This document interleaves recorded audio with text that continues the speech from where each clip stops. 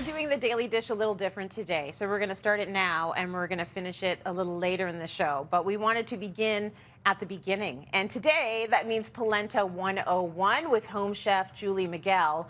Polenta, this is my mom's jam. She loves it. She makes it at home all the time. I have never tried making it at home. To me, it feels a little intimidating. Am I right? Well, do not be intimidated. I know traditionally polenta is a very labor-intensive dish because it requires like 40 minutes of constant stirring. And I also have to go on a little rant here because I don't know how a dish that originated in northern Italy and it was essential for peasants and the working class, how it became so bougie. So I was doing my research when I was developing this recipe for the show, and I was going on the websites, you know, looking at all the different kinds of polenta and cornmeal that I could use. And there on the websites, it was talking about all the cornmeals and polenta that you should use. And then there was a column that said all the products you should not use. And that included regular cornmeal and quick cooking polenta products. So I went over to my local grocery store, and what did I find? Regular cornmeal and quick cooking polenta products. Now, I always aim to make recipes for the show that are easy, that are budget friendly, and that are accessible. So the ingredients you can find at your local grocery store. So for this recipe in particular, this is what I'm using. I'm using regular degerminated cornmeal that you can find at your local grocery store. I love it. We're taking it back out of Bougieville because it does not belong there. This is working class food. It should stay there. So as you mentioned, polenta is essentially made of cornmeal.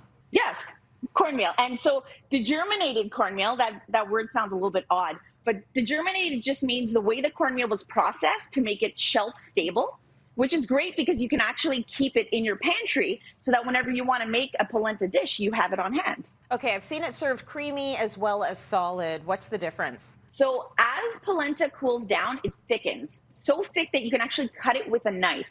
So polenta is not only delicious served hot, but it's actually delicious served cold, which makes it great for leftovers.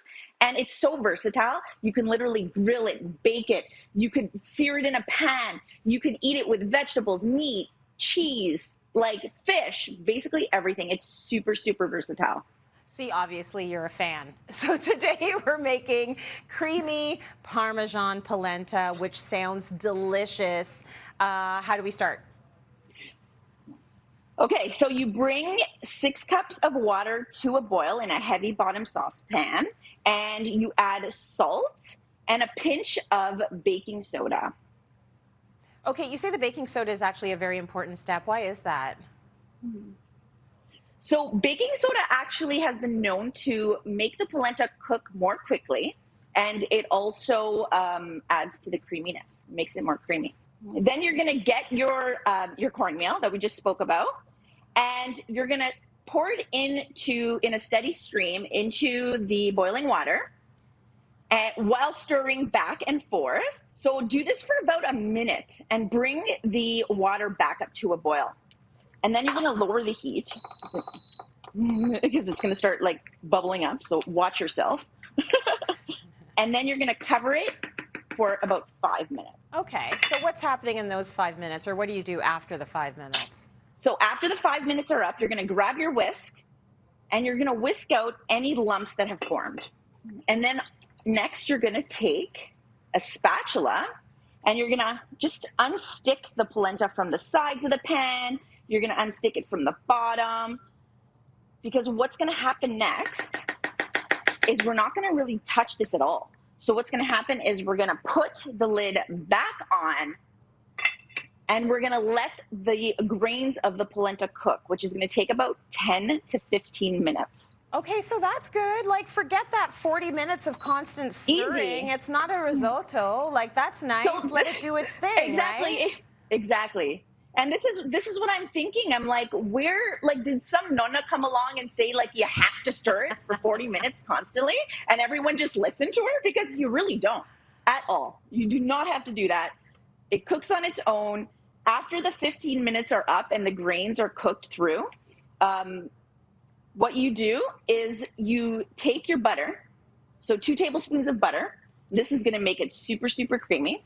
You're going to add it in, and then you're going to get some Parmesan cheese. So a little note about the Parmesan. So you can actually find it grated super fine like this at the grocery store. And I prefer this this finely grated Parmesan cheese because it actually incorporates a lot quicker and it makes for a creamier polenta. Oh, that sounds good. So I'm just going to add the cheese in there. Parmesan cheese in just about anything is delicious, so you can imagine.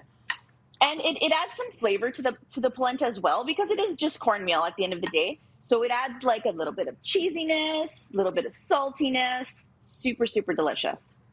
And that's kind of the thing with polenta. I mean, people are either into cornmeal or they're not. Like my son loves it. He has cornmeal porridge, like Jamaican porridge is his favorite kind of porridge. But if that's not your thing, it's not going to be your recipe. I like it too. I like the graininess of it all. It's so good. Okay, so easier than most of us ever thought. We're going to let that sit. And Good. that sits for a while. How long does that sit for, Jules? You're going to cover it and just let it sit for like 5 minutes covered. And that's just to let it rest. Just, you know, some food just need to rest before you serve them. So we're going to do that. And then later on, you're going to top this creamy polenta with what? So later on, I'm going to be making a savory mushroom marsala mix. And this is going to go on top of the creamy Parmesan polenta and make a delicious vegetarian family-friendly meal. Oh, I love it. And you know, it wasn't a nonna that told us to stir for 40 minutes. It was somebody who wanted to sell a really high-priced cookbook. That's what happened here. And then they were like, oh, but I got to make it look way more labor-intensive, so stir it constantly, right?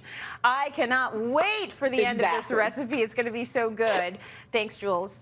And don't forget, you can find all of the recipes you see on the show, including Julie's creamy Parmesan polenta on cityline.tv.